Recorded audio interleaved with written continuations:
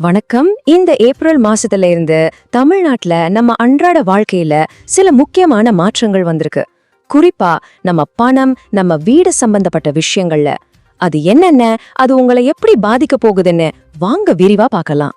பாத்தீங்கன்னா ஏப்ரல் 1ஆம் தேதியிலிருந்து பல பொது நிதி மற்றும் வீட்டு உபயோக விதிகள் நடைமுறைக்கு வந்திருக்கு.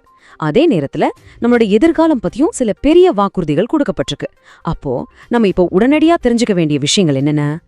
சரி, முதல்ல நம்ம பணப்பைக்கு வருவோம். அதாவது நம்ம பேங்க் அக்கவுண்ட்லயும் நம்ம பண பரிவர்த்தனைகள்லயும் என்னென்ன மாற்றங்கள் வந்திருக்குன்னு பார்க்கலாம். சில முக்கியமான வங்கிகள் அவங்களோட விதிகளை மாத்திருக்காங்க. இது நீங்க பணத்தை எப்படி கையாளுறீங்கங்கிறத மாத்த போகுது. சோ இத பத்தி தெரிஞ்சுக்கிறது ரொம்ப ரொம்ப அவசியம்.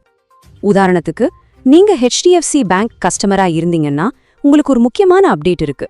இனிமே ஏடிஎம்ல UPI QR கோட் பயன்படுத்தி பணம் எடுக்கிற முறையில சில மாற்றங்கள் வந்திருக்கு.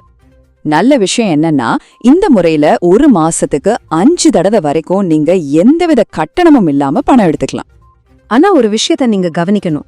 அந்த 5 ஃப்ரீ டிரான்சாக்ஷன் முடிஞ்சதுக்கு அப்புறம் 6வது தடவை நீங்க பணம் எடுத்தீங்கன்னா ஒவ்வொரு தடவைக்கும் 23 ரூபா பிளஸ் GST கட்டணமா பிடிப்பாங்க. சோ இத மனசுல வச்சுக்கோங்க. அடுத்ததா பஞ்சாப் நேஷனல் வங்கி ஆன்லைன் மோசடிகளை தடுக்கிறதுக்காக இவங்க சில டெபிட் கார்டுகளுக்கான டெய்லி வித்ட்ராயல் லிமிட்டை குறைச்சிருக்காங்க. நீங்க இந்த ஸ்லைட்ல பார்க்கலாம். ஸ்டாண்டர்ட் கார்டுகளுக்கு 1 லட்சத்திலிருந்து 50,000ஆவும், பிரீமியம் கார்டுகளுக்கு 1 லட்சத்திலிருந்து 75,000ஆவும் இந்த லிமிட் குறைக்கப்பட்டிருக்கு. பேங்கிங் மட்டும் இல்லாம சொத்து வாங்குறவங்களுக்கும் ஒரு பெரிய மாற்றம் இருக்கு. முன்னெல்லாம் 10 லட்சம் ரூபாய்க்கு மேல சொத்து வாங்கினா பான் கார்டு கட்டாயம். ஆனா இப்போ அந்த லிமிட் 20 லட்சம் ரூபாயா உயர்த்தப்பட்டிருக்கு. அது மட்டும் இல்லாம நீங்க 5 லட்சம் ரூபாய்க்கு மேல வாகனம் வாங்கினா அதுக்கும் இப்போ பான் கார்டு தேவை. அப்புறம் உங்க PF பணத்தை எடுக்கிறது இப்போ ரொம்பவே சுலபமாயிடுச்சு. UPI மூலமாலே சில மணி நேரத்துல பணம் கிடைச்சிடும். நம்ம ஆன்லைன் பரிவர்த்தனைகளை இன்னும் பாதுகாப்பாக 2 ஃபேக்டர் அத்தென்டிகேஷன் எல்லாத்துக்கும் கட்டாயமாக்கப்பட்டிருக்கு. சரி, இதுவரைக்கும் பணம் சம்பந்தமான விஷயங்களை பார்த்தோம்.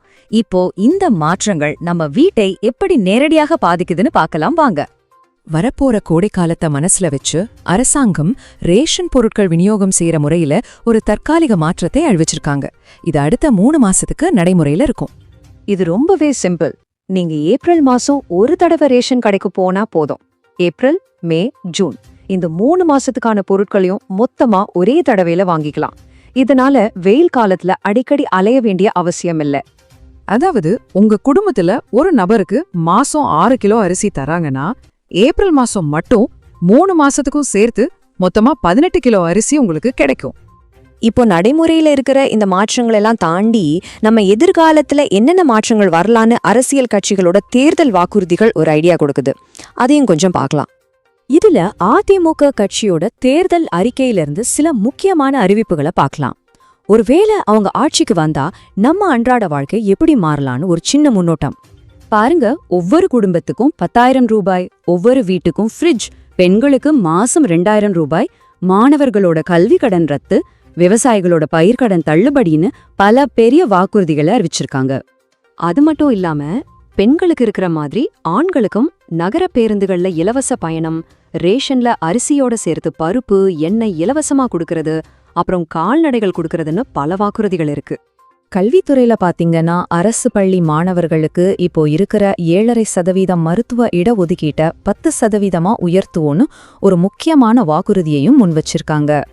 அப்போ மொத்தத்துல நம்ம என்ன புரிஞ்சுக்கணும்னா, இப்போதைக்கு அமலுக்கு வந்திருக்கிற இந்த நிதி மாற்றங்கள் பத்தி நம்ம கண்டிப்பா தெரிஞ்சு வச்சுக்கணும். அது நம்மள நேரடியா பாதிக்கும். அதே சமயம் இந்த அரசியல் வாக்குறுதிகள் எல்லாம் நம்ம எதிர்காலத்தை எப்படி மாத்த போகுதுங்கிறதையும் நம்ம உன்னிப்பா கவனிக்கணும். இந்த விஷயங்கள் எல்லாம் தெரிஞ்சுக்கிறதுக்காக நேரம் ஒதுக்குனருக்கு ரொம்ப நன்றி.